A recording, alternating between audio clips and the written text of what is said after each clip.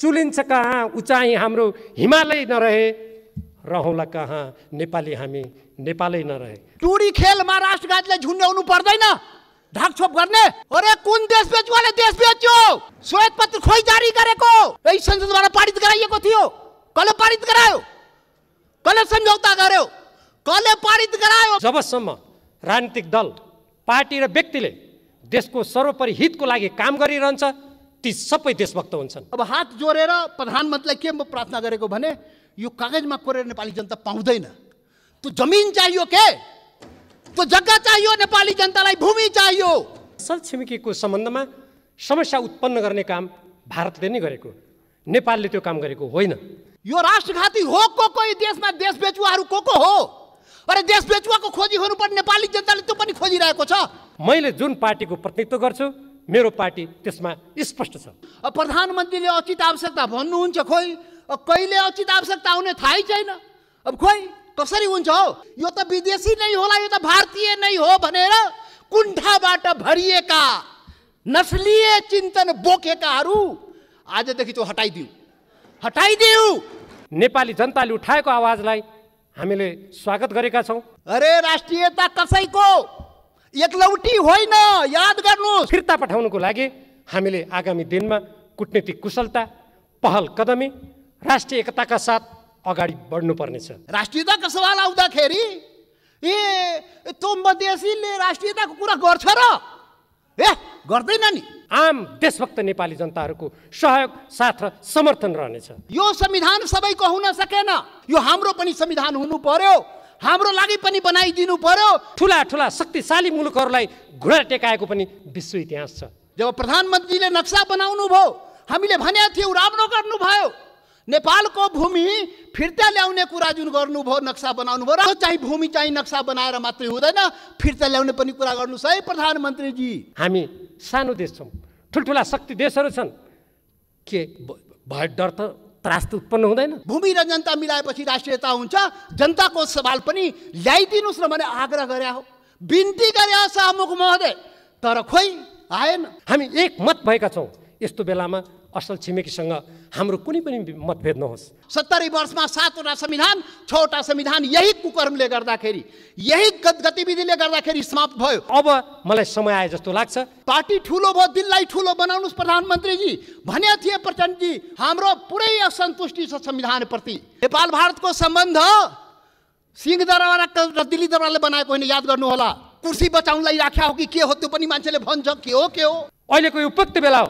त्यसकारण समग्रतामा दुई देशको बीचको सम्बन्धलाई समस्या रहित बनाउनको लागि पनि अन्तर्राष्ट्रिय कानुन बमोजिम हाम्रो सीमा नियमन गर्ने बेला आएको छ। भूमिमा टेक्ने ठाउँ छैन, हाम्रा खुट्टा राख्ने ठाउँ छैन भने हामी शून्यमा तैरिन सक्दैनौँ। त्यो जनताको भावनालाई बुझिदिनुहोस्। यसरी देश चल्दैन त्यति मात्रै भन्ने हो सभामुख महोदय। माननीय सभामुख महोदय, तपाईँ यो बाल्नुभयो, किन बाल्नुभयो होला? खोइ अरू वक्ता बोल्दाखेरि बाल्नु भएन, समय बोल्नु भएन। मेरोमा किन बोल्नु, के अरे समय भन्नुभयो, किन बाल्नुभयो, कम बुझिएन। मान्य सदस्य, परम्परा त्यस्तै रहेछ। परम्परा त्यस्तै हो।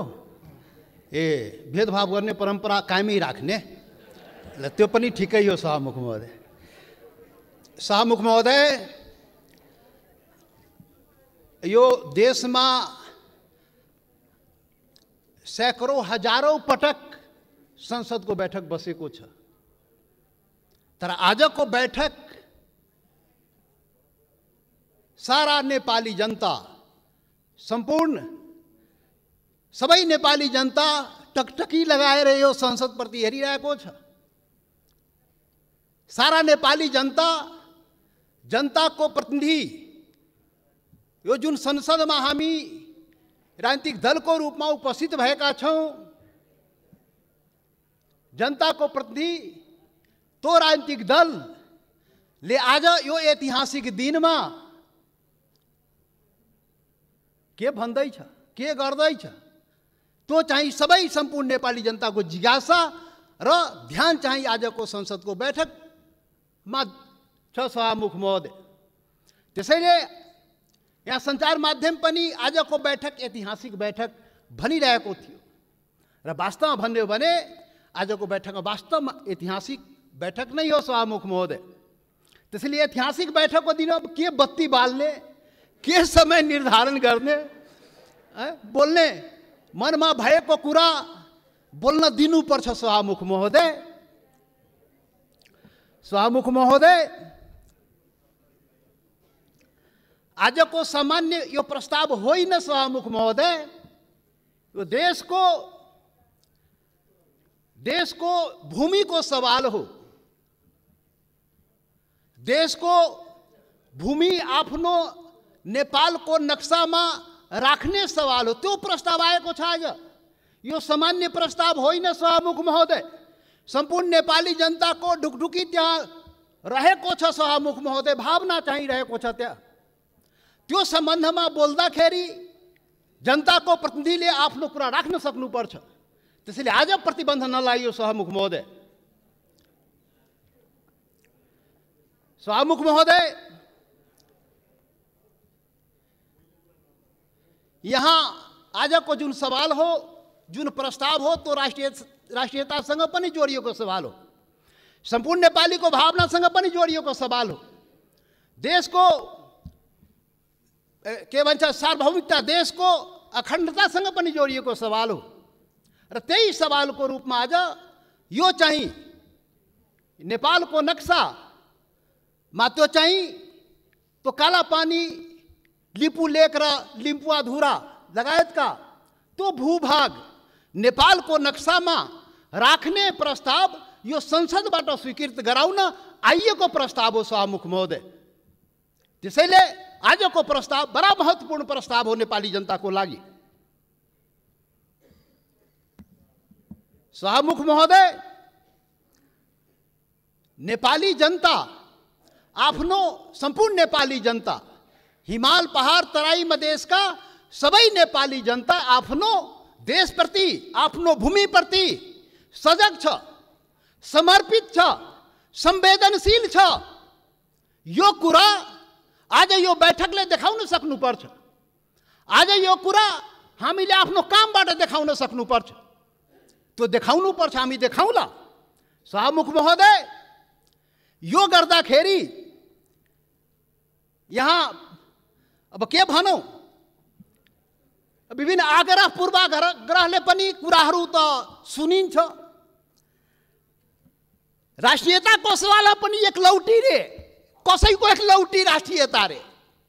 राष्ट्रियताको सवाल आउँदाखेरि त्यो मधेसीले राष्ट्रियताको कुरा गर्छ र? गर्दैन नि। अरे राष्ट्रियता कसैको एक लौटी होइन, याद गर्नुहोस् सभामुख महोदय। म सबैलाई आग्रह गर्न चाहन्छु, राष्ट्रियता भनेको सबैको, सम्पूर्ण नेपाली जनताको नेपाली राष्ट्रियता हो। कुनै एउटा वर्ग, एउटा जाति, एउटा समुदाय, एउटा क्षेत्रको राष्ट्रियता हुनै सक्दैन। यदि त्यस्तो राष्ट्रियता भयो भने त्यो पङ्गु राष्ट्रियता हो। त्यो राष्ट्रियता चाहिँ काम लाग्दैन। त्यो राष्ट्रिय एकतालाई सबल गर्न सक्दैन, बलियो पार्न सक्दैन सभामुख महोदय। त्यसैले आजबाट राष्ट्रिय एकताको परिभाषा, राष्ट्रियताको परिभाषा र राष्ट्रवाद र राष्ट्रघातको परिभाषा ठिकसँग व्याख्या गरिनुपर्छ र बुझिनुपर्छ सभामुख महोदय।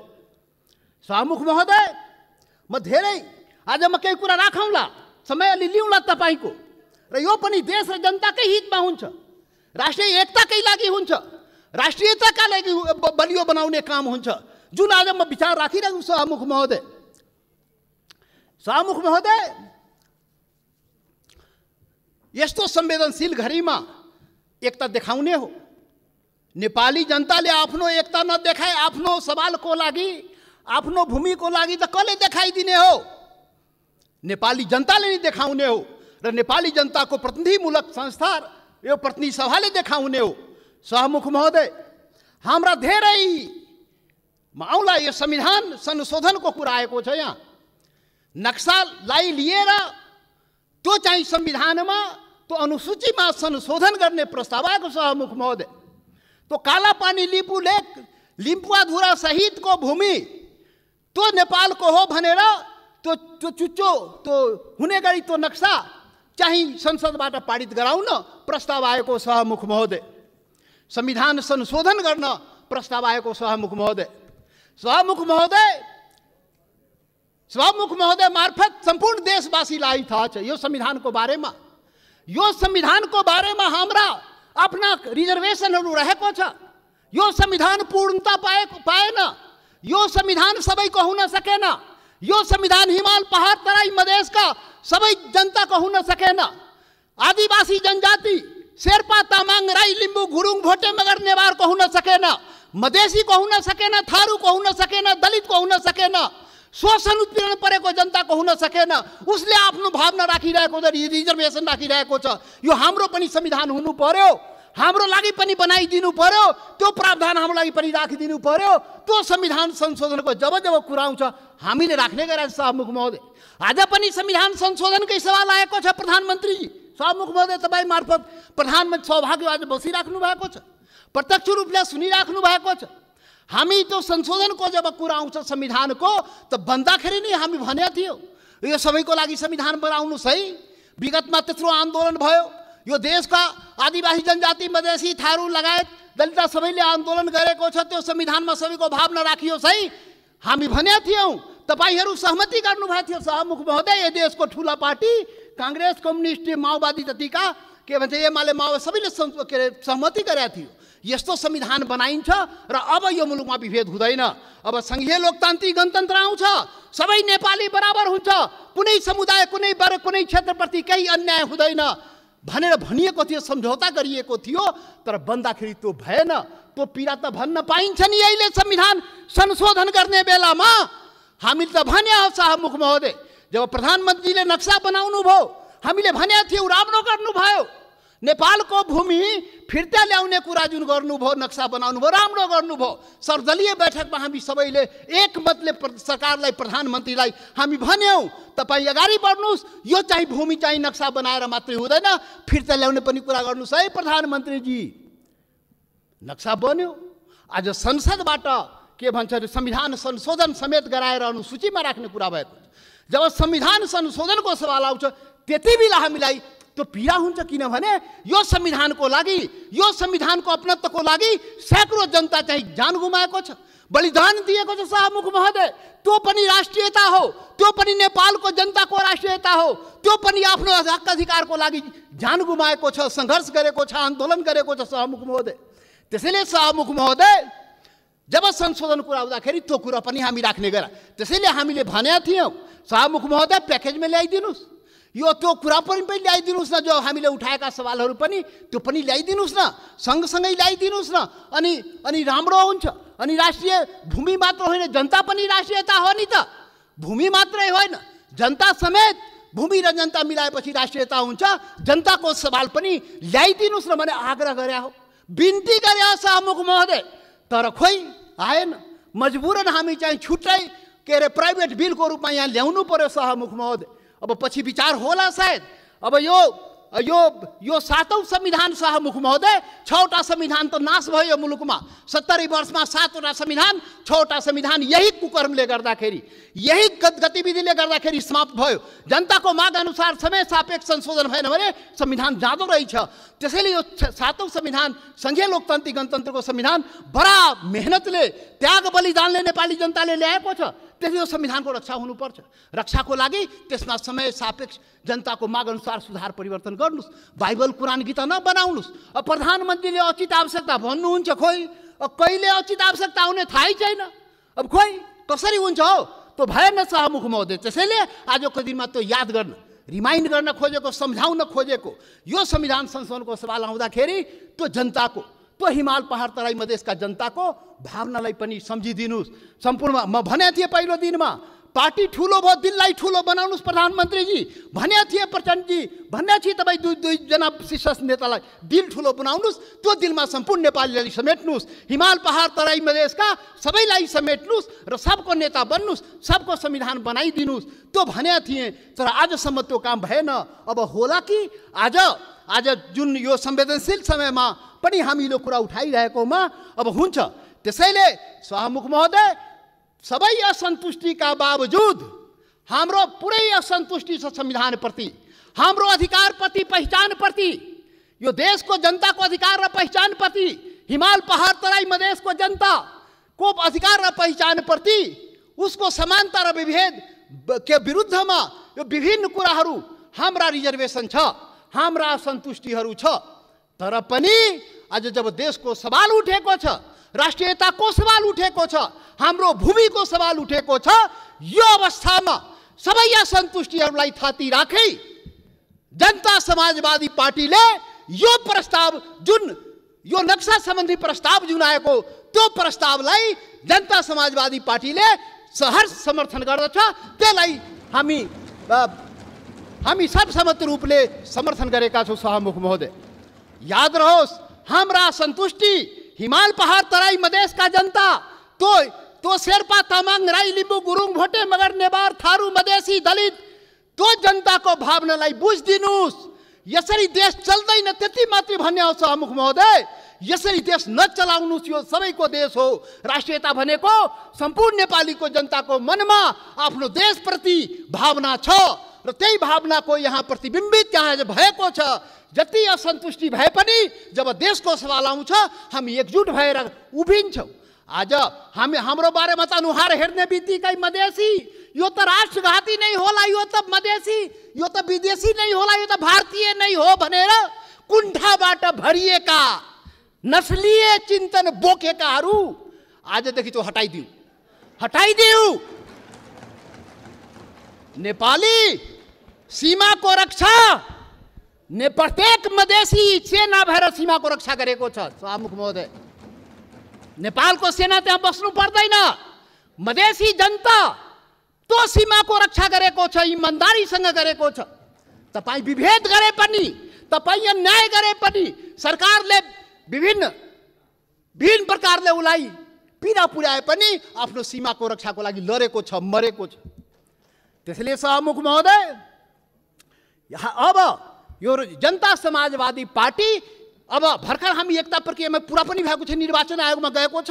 एक भइसकेर यो वैकल्पिक शक्ति निर्माणको लागि, राष्ट्रिय शक्ति निर्माणको लागि हामी प्रक्रियामा अगाडि बढिसक्यौँ। सभामुख महोदय, अब अन्तमा सभामुख महोदय, अब तपाईँ लाइन त नकाट्नु होला, अब अन्तमा आइसके। सभामुख महोदय, एउटा कुरा देशवासी जान्न चाहन्छ, ल यो फेरि राष्ट्रघात यो देशमा हुने हो कि? यो राष्ट्रघाती को हो यो देशमा? पहिचान गर्नु पर्यो। यो राष्ट्रघाती हो को यो देशमा? देश बेचुवाहरू को हो? अरे देश बेचुवाको खोजी हुनुपर्ने नेपाली जनताले त्यो पनि खोजिरहेको छ। अरे त्यो त हाम्रो छँदै थियो नि, त्यो जमिन, त्यो कालापानी लिपु लेक लिपुवा धोरा सहितको नक्सा त नेपालको नक्सामा त थियो 58 वर्ष पहिले। अरे कुन देश बेचुवाले देश बेच्यो? श्वेत पत्र खोइ जारी गरेको, श्वेत पत्र जारी गर्नु पर्दैन? टुडी खेलमा राष्ट्रघातले झुन्ड्याउनु पर्दैन ढाकछोप गर्ने? अरे सभामुख महोदय, महाकाली सन्धि हुँदाखेरि, अरे 25 वर्ष पहिले महाकाली सन्धि भएको थियो र यही संसदबाट पारित गराइएको थियो। त्यो महाकाली सन्धि कसरी भयो? अरे त्यसमै थियो नि महाकाली सन्धिमा लिपुले कालापानी लिम्पु अधुराको महाकालीको स्रोत, त्यो नदीको स्रोत मुहान कता, त्यो क्लियर भएको भए त हाम्रो जमिन मिचिङ थियो र किन भएन? यही संसदबाट पारित गराइएको थियो। कसले पारित गरायो? कसले सम्झौता गर्यो?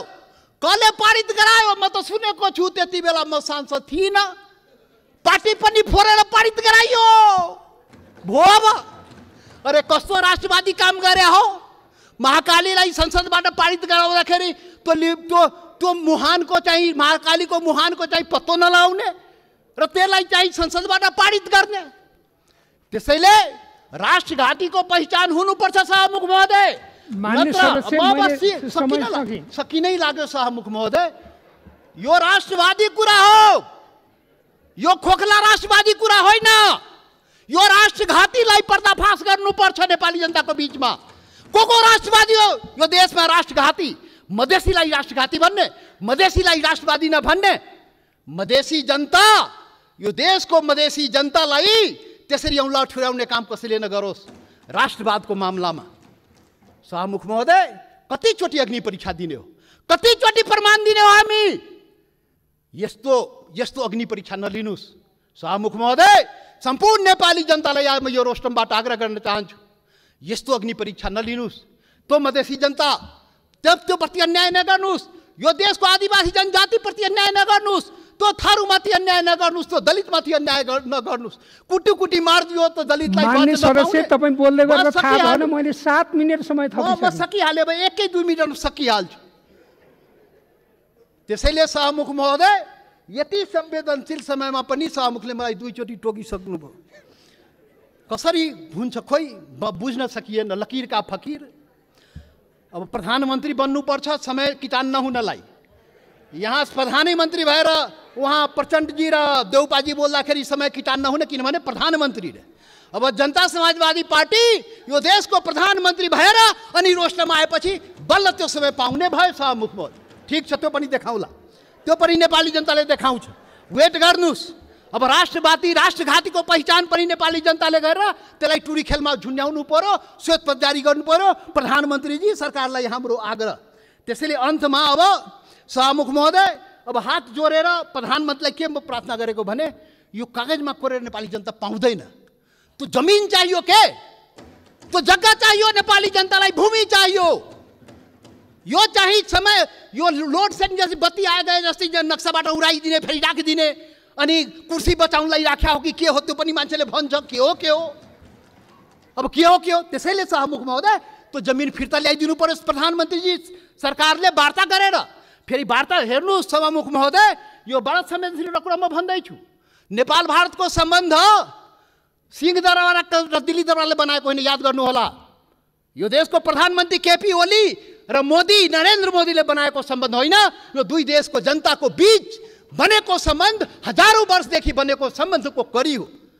त्यो हर प्रकारको सम्बन्ध जनताको बीचमा छ, खुला सीमा छ। करोडौं जनता जो तपाईको जनता मधेसको जनता हो, त्यो त्यसको उपभोग गरिरहेको छ। ऊ आफ्नो दाल नुन चिनी कसरी आउने हो, दवादारुको त्यो आफ्नै स्तरबाट त्यहाँबाट ल्याउँदो रहेछ।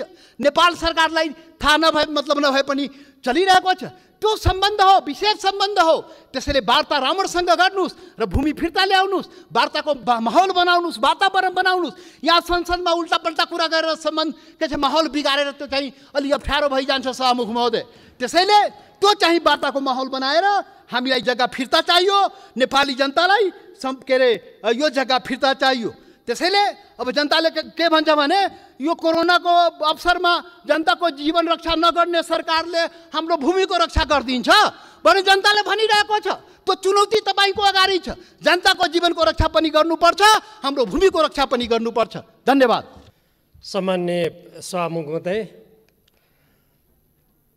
हाम्रो देशको सुदूरपश्चिम प्रदेशको दार्चुला जिल्लाको लिम्पियाधुरा, कालापानी र लिपुलेक क्षेत्र सबै सुगौली सन्धि र त्यसपछिका सबै अभिलेखहरू, दस्तावेज, पत्राचार र व्यवहारबाट नेपालको भूमि रहेको कुरा प्रष्ट छ। म यो सम्मानित सदनलाई 2056 सालको एउटा स्मरण पनि गराउन चाहन्छु। 2056 सालसम्म लिपुलेक र सीतापुल भन्ने ठाउँमा त दक्षिणतिर र उत्तरतिर नेपालको प्रहरी चौकी नै थियो। त्यसपछि जब नेपाल द्वन्द्वमा जानुपर्ने अवस्था आयो, त्यसपछि मात्रै ती चौकीहरू त्यहाँबाट विस्थापित भएका हुन्। र अहिले यो छोटो समयमा कुन कुन दस्तावेज, कुन कुन अभिलेख, कुन कुन तथ्यले नेपालको त्यो कसरी भूमि हो भन्नेतर्फ प्रवेश गर्न सम्भव छैन। म यति मात्र भन्न चाहन्छु, यो नेपालको भूमि जो भारतले अतिक्रमण गरेको छ, त्यो अतिक्रमणलाई नक्सामा अङ्कित गरेर सबभन्दा पहिले दुई असल छिमेकीको सम्बन्धमा समस्या उत्पन्न गर्ने काम भारतले नै गरेको, नेपालले त्यो काम गरेको होइन। नक्सा पहिले प्रकाशित गर्ने काम पनि नेपालले गरेको होइन। र त्यसपछि पनि नेपाल सरकारको तर्फबाट बारम्बार भारतीय पक्षसँग जुन सचिव स्तरीय वार्ता गर्ने भन्ने पहिले सहमति भएको थियो, त्यो कुरालाई स्मरण गराउँदै वार्ताको लागि आग्रह भएको छ, अनुरोध भएको छ। तर एउटा असल छिमेकी तथ्यको आधारमा वार्ताबाट समस्या समाधान गर्ने आशय मनसायका साथ सक्रियता नदेखाएको पनि भारतले नै हो। यो पनि हामीले हेक्का राख्नुपर्ने कुरा छ। त्यसको साथसाथै यो आज जुन हामीले नेपालको संविधानको अनुसूची 3 मा रहेको नेपालको नक्सालाई हाम्रो आफ्नो भूमि अङ्कित गरेर त्यसलाई प्रकाशित गर्ने कुरा यहाँ प्रस्तावको रूपमा आएको छ। यो प्रस्ताव नेपाली जनताको देशभक्तिपूर्ण भावनाको अभिव्यक्ति हो र यो सबै वर्ग, जाति, लिङ्ग, समुदाय र क्षेत्रका जनताको साझा आकाङ्क्षा हो। मानिसहरूका वेशभूषा फरक हुन सक्दछन्, भाषा फरक हुन सक्दछन्, हिमालमा बस्न सक्छन् कोही, कोही तराई मधेसमा, कोही पूर्व, कोही पश्चिम। जबसम्म राजनीतिक दल, पार्टी र व्यक्तिले देशको सर्वोपरि हितको लागि काम गरिरहन्छ ती सबै देशभक्त हुन्छन्। ती व्यक्तिहरू मात्रै त्यति बेला त्यस्तो व्यक्तिहरूमाथि मात्रै प्रश्न उत्पन्न हुन्छ जसले नेपालको स्वतन्त्रता, स्वाधीनता, सार्वभौमसत्ता, अखण्डता, स्वाभिमानलाई स्थापित गर्ने कुरालाई कुनै प्रस्ताव ल्याएर त्यसप्रति भ्रम सिर्जना गर्न खोज्छ कसैले, कसैले त्यसको विरोध गर्छ। त्यस्तो प्रति मात्रै नेपाली देशभक्त जनताहरूले प्रश्न उठाउने गरेका छन्। त्यसकारण यहाँ भाषा, वेशभूषा, को व्यक्ति कुन क्षेत्रमा बस्छ, कसले कुन राजनीतिक दल अनुसरण गरेको छ भन्ने प्रश्न होइन। त्यसमा मलाई लाग्छ सम्पूर्ण देशभक्त नेपालीहरू एकदमै प्रष्ट छन् र मैले जुन पार्टीको प्रतिनिधित्व गर्छु मेरो पार्टी त्यसमा स्पष्ट छ। त्यसमा कुनै पनि विभेद र अन्यथा विचार हुन सक्दैन। हामीले जुन प्रकारले अहिलेसम्म हाम्रो सिमानाको रक्षाको कुरालाई अगाडि बढाएका छौँ यो अन्तर्राष्ट्रिय कानुन पनि सम्मत छ। हामीलाई थाहा छ अहिले भर्खरै केही समय अगाडि हाम्रो 10 गजा क्षेत्रमा सिमानामा हाम्रा प्रहरीमाथि आक्रमण भएको छ। कहिले हाम्रो नेपालका बासिन्दामाथि कञ्चनपुर जिल्लामा जानुहोस् या अरू कुनै जिल्लामा हामीले देखेका छौँ त्यहाँ बाहिरबाट सुरक्षाकर्मी आएर हाम्रो नागरिकमाथि आक्रमण भएको छ। हामीले त्यस्तो कुरा मात्रै अन्तर्राष्ट्रिय कानुन सम्मत भएन, असल छिमेकीको नीति अनुरूप भएन हामीले भनेका छौँ। आफ्नो देशको भूभागलाई जसरी भारत या अरू मुलुकहरूले सुरक्षा गर्न तत्परता देखाउँछ त्यसको लागि उसले पहल गर्छ, प्रयत्न गर्छ। हामीले गर्दा पनि हाम्रा सबै मित्रहरूले विशेष गरी भारतसँगको यो प्रसङ्ग आएको हुनाले भारत सरकार र भारतीय जनताले पनि सकारात्मक रूपमा लिनुपर्दछ। प्रत्येक देशले आफ्नो राष्ट्रिय सुरक्षा, राष्ट्रिय हितको लागि जब उसले आफूले काम गर्दा आफ्नो कानुन, आफ्नो संविधान र आफ्ना अन्य सरकारी दस्तावेजहरूमा तदनुकूल परिवर्तन गर्छ, त्यहाँ स्थापित गर्छ भने नेपालले पनि त्यो गर्ने कुरालाई स्वाभाविक रूपमा लिनुपर्दछ। आज हामीले जुन हाम्रो संविधानको, नेपालको संविधानको अनुसूची 3 मा लिम्पियाधुरा, कालापानी, लिपु लेकलाई समेत समावेश गरेर हामीले अब यसमा संशोधन गर्दैछौँ र यी सबै कुरालाई त्यहाँ समाहित गर्दैछौँ। नक्सामा हामीले यो राख्ने कुराको राजनीतिक महत्त्व छ र यसले आजको हाम्रो पुस्ता र भोलि आउने पुस्तालाई पनि आफ्नो भौगोलिक अखण्डताको लागि दृढतापूर्वक अग्रसर हुने एउटा फराकिलो मार्ग प्रशस्त गरेको छ। यसको लागि म नेपाल कम्युनिस्ट पार्टी जसको म प्रतिनिधित्व जुन पार्टीको म प्रतिनिधित्व गर्दछु र त्यो पार्टीले नेतृत्व गरेको सरकार म दुईटैलाई हार्दिक धन्यवाद दिन चाहन्छु। हामीले निरन्तर नेपालको सार्वभौमसत्ता, स्वतन्त्र, अखण्डताको रक्षाको लागि नेपाली जनताले उठाएको आवाजलाई हामीले स्वागत गरेका छौँ। हामीले हाम्रो पार्टीको तर्फबाट, त्यो पार्टीले नेतृत्व गरेको सरकारको तर्फबाट हामीले धन्यवाद दिएका छौँ। आज जसरी सबै राजनीतिक दलहरूको तर्फबाट हाम्रो भौगोलिक अखण्डताको रक्षाको लागि एक आवाज अभिव्यक्त भएको छ, यो हाम्रो राष्ट्रिय आवाज हो र यो राष्ट्रिय आवाजप्रति म व्यक्तिगत रूपमा पनि गौरव महसुस गर्दछु। मलाई लाग्दछ आज देशभरिका प्रत्येक देशभक्त नेपालीहरू गौरवान्वित भएको हुनुपर्दछ। तर हाम्रो अगाडि चुनौती पनि छन्। हामीले नक्सामा हाम्रो भूभागलाई अङ्कित त गऱ्यौँ, तर त्यसलाई हामीले व्यवहारिक रूपमा प्राप्त गर्नको लागि त्यहाँ हाम्रो प्रशासनिक सबै गतिविधिहरू अगाडि बढाउनको लागि त्यहाँ रहेका भारतीय फौजलाई तुरुन्तै फिर्ता पठाउनको लागि हामीले आगामी दिनमा कूटनीतिक कुशलता, पहल कदमी, राष्ट्रिय एकताका साथ अगाडि बढ्नुपर्नेछ। हामीले यस सन्दर्भमा हाम्रा अन्तर्राष्ट्रिय मित्रहरू, अन्तर्राष्ट्रिय सङ्घ संस्थाहरू सबैसँग हाम्रो देशको भावना, हाम्रो राष्ट्रको अखण्डताको लागि हामीले कुन तथ्यको आधारमा, कुन प्रमाणको आधारमा, कुन अभिलेखको आधारमा यी पाइला चालेका छौँ भन्ने कुरालाई बुझाउने गरी, प्रष्ट पार्ने गरी हामीले पाइला पनि चाल्नुपर्दछ। मलाई विश्वास छ नेपाल कम्युनिस्ट पार्टीले नेतृत्व गरेको सरकारले त्यो दिशातर्फ प्रभावकारी पाइला चाल्नेछ। निसन्देह नै त्यो सरकारको पछाडि आम देशभक्त नेपाली जनताहरूको सहयोग, साथ र समर्थन रहनेछ। यही सहयोग, साथ र समर्थनको बलमा हामी अगाडि बढ्नेछौँ। कोही कोही मान्छेहरू भन्छन् हामी सानो देश छौँ, ठुल्ठुला शक्ति देशहरू छन्, के भय डर त त्रास त उत्पन्न हुँदैन? हामीभन्दा धेरै भूगोलको दृष्टिकोणले, जनसङ्ख्याको दृष्टिकोणले साना देशहरूले कूटनीतिक दृष्टिकोणबाट, सुरक्षाको दृष्टिकोणबाट र अन्तर्राष्ट्रिय क्षेत्रमा काम गर्ने दृष्टिकोणबाट आफ्नो सार्वभौमसत्ताको रक्षा मात्र होइन, ठुला ठुला शक्तिशाली मुलुकहरूलाई घुँडा टेकाएको पनि विश्व इतिहास छ। यसको अर्थ मैले हामी कसैलाई घुँडा टेकाउन जाउँ भनेको होइन।